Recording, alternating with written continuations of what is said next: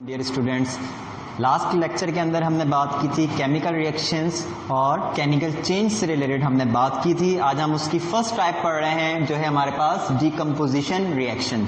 Decomposition reaction means के decompose से निकला है। नाम से पता चल रहा है कि कोई चीज जो है वो टूट रही है, डिकम्पोज हो रही है, मीन्स के तकसीम हो रही है।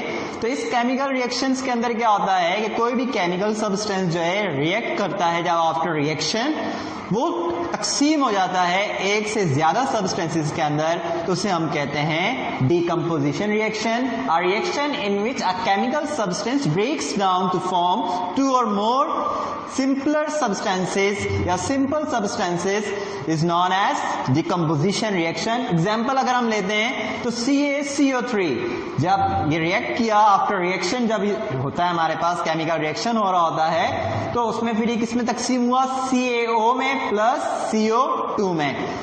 ये रिएक्शंस कैसे होते हैं ये हम जो है आगे जैसे जैसे हम केमिस्ट्री में आगे बढ़ते चले जाएंगे तो हम इन रिएक्शंस को मजीद पढ़ेंगे।